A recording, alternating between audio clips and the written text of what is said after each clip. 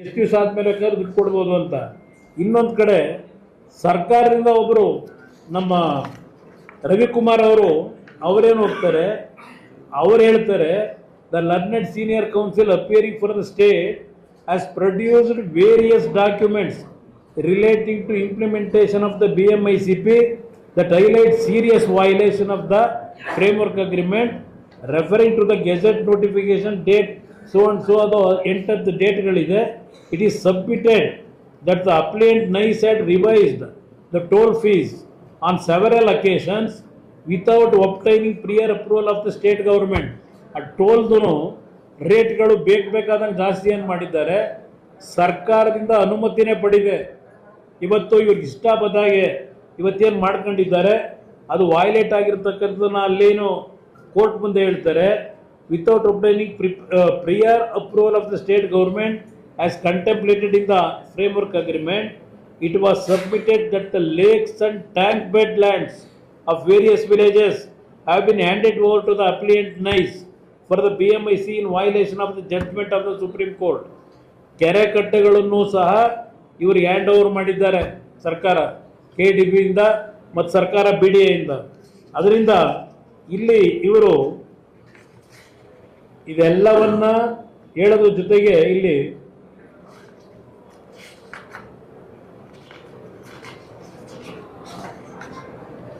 ಎಷ್ಟೆಷ್ಟು ದುಡ್ಡು ಸಂಪಾದನೆ ಮಾಡಿದ್ದಾರೆ, ಯಾರ್ಯಾರಿಗೆ ಇವರು ಯಾವ್ಯಾವ ರೇಟಿಗೆ ಸೇಲ್ ಮಾಡಿದ್ದಾರೆ ಅನ್ನೋದನ್ನು ಸಹ ಇಲ್ಲಿ ಕೋರ್ಟ್ನಲ್ಲಿ ಇದೆಲ್ಲವನ್ನ ತಂದಿದ್ದಾರೆ.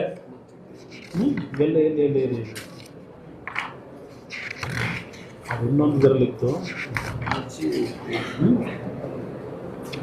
ಒಂದೇ ನಿಮಿಷ ಬರ ಸ್ವಲ್ಪ ಮೂಡು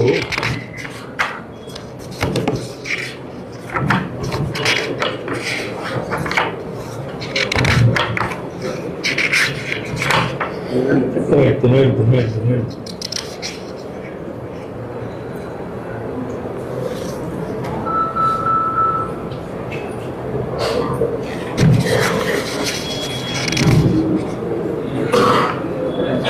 ಇಲ್ಲಿ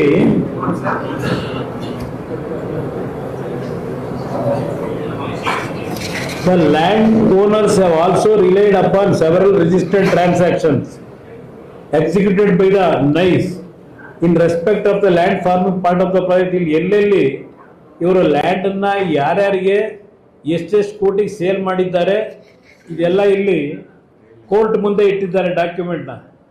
ಇದು ಉಮ್ಮಂಗ ರಿಯಲ್ ಟೆಕ್ ಪ್ರೈವೇಟ್ ಲಿಮಿಟೆಡ್ ಅನ್ನೋರಿಗೆ 10 ಎಕರೆ ಕೊಡ್ತಾರೆ ಮಾರಾಟ, ಮಾಧವರ ವಿಲೇಜ್ನಲ್ಲಿ. ಅಲ್ಲಿಂದ ದಮನಾಂಗಿ ಡೆವಲಪರ್ಸ್ ಪ್ರೈವೇಟ್ ಲಿಮಿಟೆಡ್ ಕೆಂಗೇರಿ ವಿಲೇಜ್ನಲ್ಲಿ 20 ಎಕರೆ. ಅಲ್ಲಿಂದ SBK ಪ್ರಾಪರ್ಟೀಸು 14/1/15 12 ಎಕರೆ. ಅಲ್ಲಿಂದ Pilganahalli village and a sale agreement dated 15/4/2005 executed with Darshit housing private limited 13 acres. ಹೀಗೆ ಲ್ಯಾಂಡನ್ನು ಇವ್ರಿಗೆ ಇಷ್ಟ ಬಂದಾಗೆ ಸ್ವೇಚ್ಛಾಚಾರವಾಗಿ ಇಲ್ಲಿ ಇದು ಮಾರಕ್ಕೆ ಬರಲ್ಲ, ಲ್ಯಾಂಡ್ ಡೆವಲಪರ್ಸ್ಗೆ ಕೊಡಕ್ಕೆ ಬರಲ್ಲ. ಇದೆಲ್ಲ ವೈಲೇಟ್ ಮಾಡಿರ್ತಕ್ಕಂಥದ್ದು.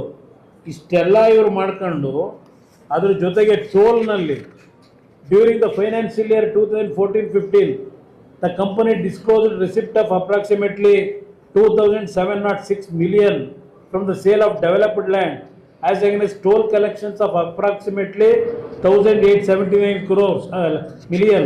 Likewise during 2015-16 27 crores. ಹೀಗೆ ಎಲ್ಲ ಡಾಕ್ಯುಮೆಂಟನ್ನು ಇಲ್ಲಿ ಪ್ರೊಡ್ಯೂಸ್ ಮಾಡಿದ್ದಾರೆ.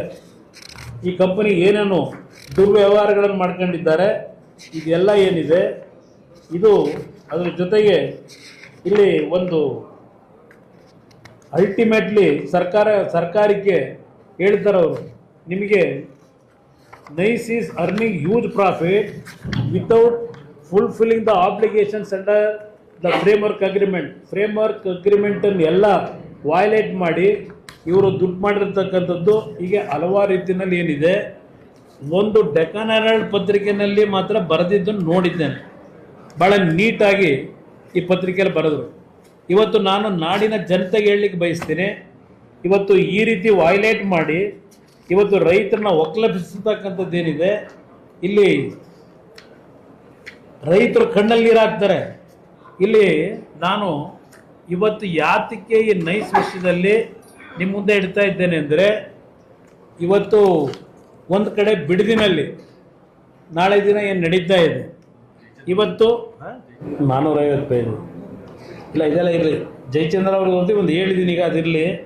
ಇದು ಯಾತಕ್ಕೆ ಇವತ್ತು ನಿಮಗೆ ಈ ವಿಷಯ ಪ್ರಸ್ತಾಪ ಮಾಡ್ತಾ ಇದ್ದೇನೆ ಅಂದರೆ, 29 ವರ್ಷ ಆಗಿದೆ ಈ ನೈಸ್ ಕಂಪ್ನಿಯ ವಿಷಯದಲ್ಲಿ. ಬಹುಶಃ ನಾನು